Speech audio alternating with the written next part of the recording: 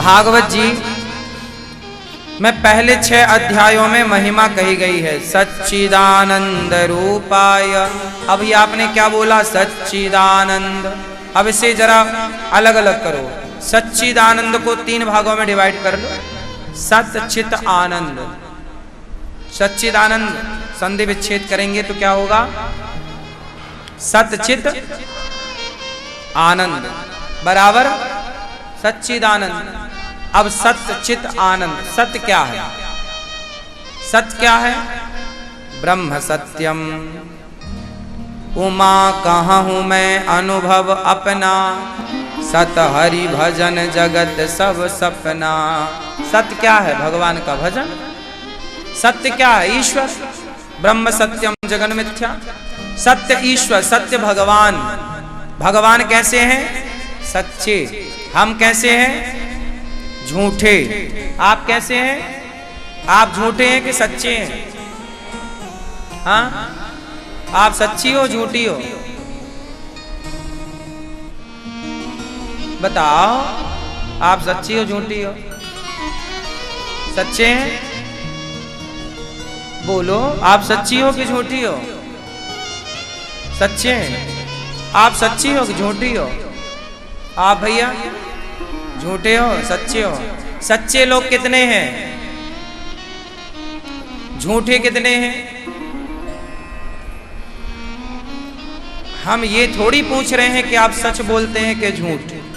हम तो ये बॉडी की बात कर रहे हैं, जो आपका बॉडी शरीर है, जो ये संसार है।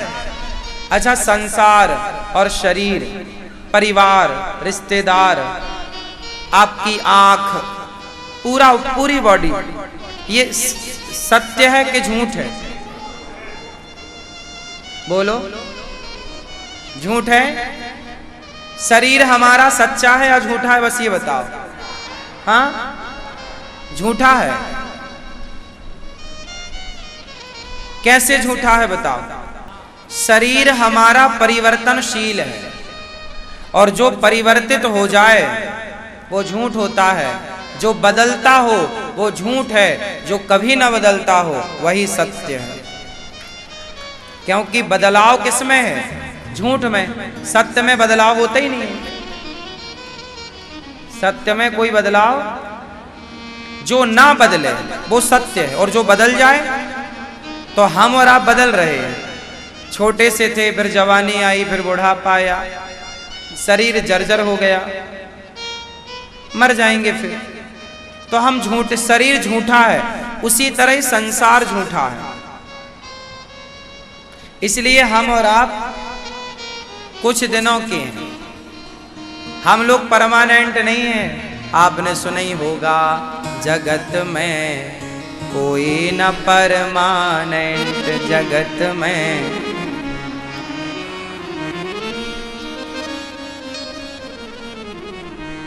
तो जगत में आप परमानेंट हैं? जगत में कोई न परमानेंट, जगत में कोई न परमान।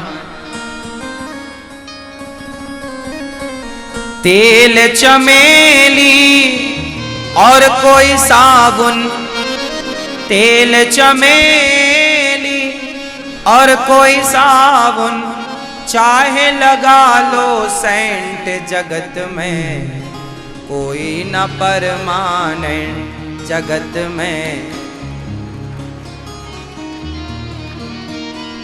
आवागमन लगा दुनिया में, आवागमन लगा दुनिया में।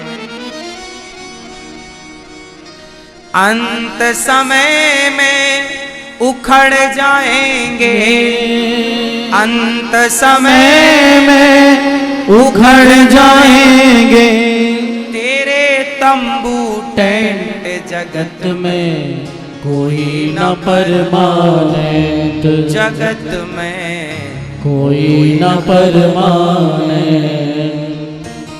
राष्ट्रपति हो कर्नल जर्नल, राष्ट्रपति हो या कर्नल जर्नल, राष्ट्रपति हो या कर्नल जरनल, काल सभी को खा जाएगा, काल सभी को खा जाएगा। चाहे लेडी हो या जेंट्स, जगत में कोई न परमाने। हाँ? हरिद्वार चाहे मथुरा काशी, हरिद्वार चाहे मथुरा काशी, मन में नाम प्रभु का राखो, मन में नाम प्रभु का राखो। चाहे धोती पहनो या पैंट, जगत में कोई न परमाने। जगत में कोई न परमाने। तो हम सब कौन हैं? यात्री हैं। आए और चले गए, खत्म कहानी। आप वृंदावन आए ना, आज आए हो, 7 दिन बाद चले जाओ। ऐसे ही जिंदगी में आए, एक दिन आए थे तो ढोल नगाड़े बजे, जाएंगे तो भी वही बजेगा। सोमवार को आए थे, मंगलवार को चले गए। 25, 50, 70, 80, 100 साल छुट्टी। अब इन दिनों में आपको क्या करना है वो आप डिसाइड करिए। खेल बस इतने दिनों का है, जब तक आप हैं तब तक का है। बस यात्री हो आप, बस स्टेशन आने की देर है। कोई गया हंसते हंसते, कोई रो गया, कोई रोते रोते जाएगा, कोई हंसते हंसते। जाना सबको ही है, क्योंकि ये अपने बाप का तो है नहीं संसार, आपका है। आप लोग तो ऐसे छाती फुला के रहते हो जैसे आपके बाप का है। हा? कभी मरोगे ही नहीं। हा? अरे भाई, हम यहाँ मेहमान हैं, यात्री हैं। कौन है आप? कृपया यात्रीगण ध्यान दें। कृपया यात्रीगण ध्यान दें कि हम सब यात्री हैं और कुछ दिनों की यात्रा है। ये यात्रा पूरी होती अपना अपना, आपके दादाजी, उनका स्टेशन आया, उतर गए। जहां आपके दादाजी चले गए, कल को आप दादा बन जाओगे, फिर आप भी वहीं चले जाओगे। फिर आपके बच्चे बड़े होंगे, उनके बच्चे होंगे, फिर वो दादाजी बन जाएंगे, फिर वो जमा हो जाएंगे, फिर उनके बच्चे बड़े होंगे, वो दादाजी। यही चल रहा है करोड़ों जन्म से। हाँ या ना? करोड़ों बार लोग आ रहे हैं और जा, यही चल रहा है। इसी से बचना हो तो भागवत सुननी चाहिए। यही से सब चीजों से सबसे बचाती है भागवत जी। जन्म मृत्यु, ये बार बार मरना जीना, इस सबसे मुक्ति पाना है। भागवत जी की शरण में आओ, भगवान की शरण में जाओ। बद्ध, मुक्त और नित्य, 3 हैं। जो बंधा है वो बद्ध है। हम बंधे हुए जीव हैं, संसार से बंधे। मुक्त कौन है? जो भगवान की भक्ति कर गए, मुक्त हो गए। परंतु यदि उनका मन है आने जाने का तो वो आ सकते हैं अपनी इच्छा से, पर एक नित्य है, मतलब भगवान के पास नित्य, तो वहां से फिर उनको आना नहीं होता। हाँ या ना? तो आप लोग, हम लोग बंधे हुए संसार के माया मोह से बंध जाते हैं। अब इसी से मुक्ति पाने के लिए हमको बंधना था प्रभु के चरणों से, पर बंध गए हैं संसार से। अब बस करना यह है कि संसार की रस्सी खोलना है और प्रभु की रस्सी में लिपट जाना है। बंधना तो दोनों जगह है, पर जगत में नहीं, जगन्नाथ से बंध लो। देखो एक माला ये है, ध्यान से देखो, जगन्नाथ जी के हाथों में माला है पुष्पों की, बोलो हाँ। इनके हाथ में माला है और एक माला अर्थी के ऊपर होती है। दोनों माला पुष्प की है और दोनों एक ही बगीचे की हैं। फॉर एग्जाम्पल कि एक ही बगीचे से एक ही माला ने, एक ही माली ने, माली यावत देख कर कलियन करे पुकार, फूले फूले चुन लिए काल हमारी बार। एक बगीचे के माली ने दो माला बनाई, दो हार बनाए। एक हार अर्थी के लिए खरीदा गया और दूसरा हार जगन्नाथ जी के लिए खरीदा गया। अब आप ही बताइए किसके हार बनना पसंद करोगे आप लोग, अर्थी का हार या जगन्नाथ जी का हार? तो वही तो है, जगन्नाथ जी का हार बनना चाहते हो तो मुक्ति की ओर बढ़ो, और यदि अर्थी का हार बनना चाहते हो तो संसार की ओर भागो। अब ये आपको डिसाइड करना है कि किसका हार बनना है। इसलिए साधु संत कहते हैं मुक्ति की ओर बढ़ो, मोक्ष चाहिए, नित्य भगवान के पास रहोगे। तो ये है जो भगवान के हाथ में माला है, ये मुक्त हो चुकी है, और जो अर्थी के गले में है वो बंधी हुई है। बस यही है, जगत अर्थी की तरह है, क्योंकि अर्थी मीन्स जन्म मृत्यु। आज नहीं तो कल हम सबको अर्थी बनना है।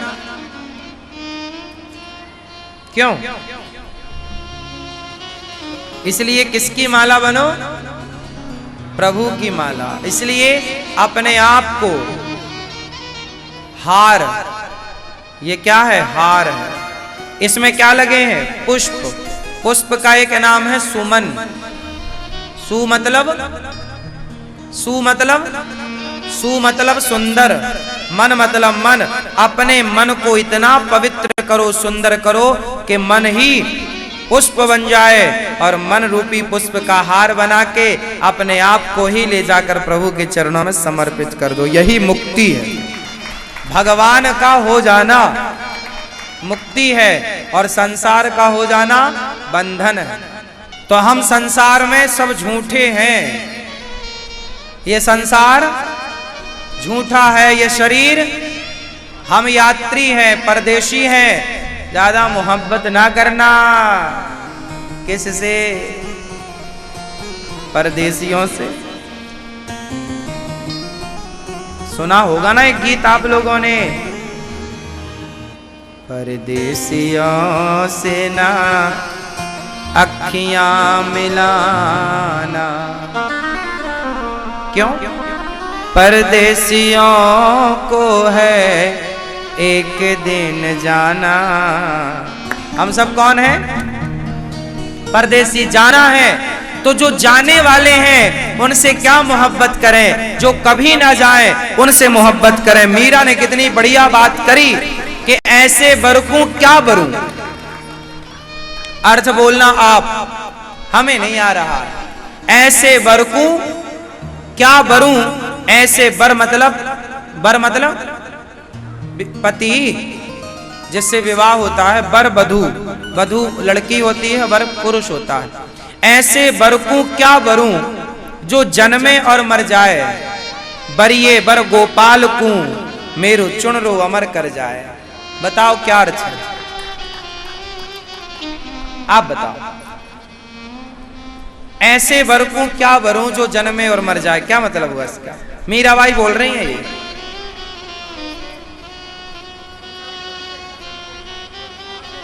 हाँ, संसार के लोगों से क्या रिश्ता रखें जो आज हैं और कल नहीं रहेंगे। हम तो अपना सर्वस्व कृष्ण को माने जो आज भी हैं और कल भी रहेंगे।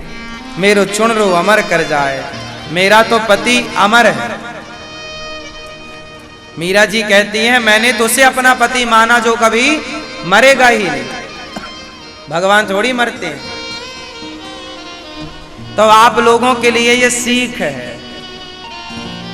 संसार में बिंदास रहो, हंसो मुस्कुराओ, सारे रीति रिवाज रिश्ते नातों के बीच में रहो, सबको निभाओ, सबको समय दो, परिवार में खूब मस्त रहो, है ना। ये नहीं कि सब छोड़ के जंगल चले जाओ, रहो सबके बीच में, काम सारे करो, जिम्मेदारियां पूरी करो, पैसा खूब कमाओ। मेरा तो मानना है भाई, पैसा खूब कमाना चाहिए आप लोगों को, पैसा ज्यादा कमाना चाहिए, क्योंकि ये कलयुग है। कलयुग में इज्जत भी तभी मिलती है जब आपके पास पैसा हो। पैसा नहीं है, लोग आपकी इज्जत नहीं करते। बोलो हाँ या ना। क्यों? इसलिए पैसा हो पर ईमानदारी का हो, मेहनत का हो, और पैसा खूब कमाओ, लेकिन पैसा कमाओ, परिवार में रहो, हंसो मुस्कुराओ, पर ये याद रखो कि अपन यहाँ के नहीं हैं, हम सब यहाँ के नहीं हैं। ऐसे बरकूं क्या बरूं, ऐसे लोगों से रिश्ता क्या रखें जो आज हैं कल नहीं रहेंगे। हम आपसे प्यार करेंगे ना तो आप 7 दिन के लिए आए हो, 7 दिन बाद चले जाओगे। यदि हम आपसे प्यार कर लेंगे तो 7 दिन बाद हमें रोना पड़ेगा। इसलिए आपसे प्यार करने में हमारा फायदा है कि नुकसान है? आप भी हमसे प्यार कर लोगे तो 7 दिन बाद आपको जाना पड़ेगा। इसलिए प्यार करो भगवान से। हम और आप तो कुछ दिन के हैं, भगवान सदा के हैं। हम और आप तो छोड़ देंगे साथ, भगवान न छोड़ेंगे कभी साथ। द्रौपदी का साथ सबने छोड़ दिया, खुद के पति ने छोड़ दिया। भगवान द्रौपदी का साथ अर्जुन ने, भीम ने, नकुल ने, सहदेव ने, युधिष्ठिर ने, गुरु द्रोणाचार्य ने, पितामह भीष्म ने, धृतराष्ट्र ने और ना जाने कितनों ने, सबको तो बुलाया पर कोई आया? द्रौपदी ने सबको बुलाकर देखा, कोई ना आया। कौन आया? द्रौपदी की पुकार किसने सुनी? जिसने द्रौपदी की पुकार सुनी वही है आपकी और हमारी पुकार सुनने वाला। इसलिए उसी को पुकारो और किसी को पुकारने में समय बर्बाद ना करो। ये सिखाती हैं भागवत जी। द्रौपदी ने सबको पुकारा पर अंत में गोविंद सहारा तेरा है, गोपाल सहारा तेरा है।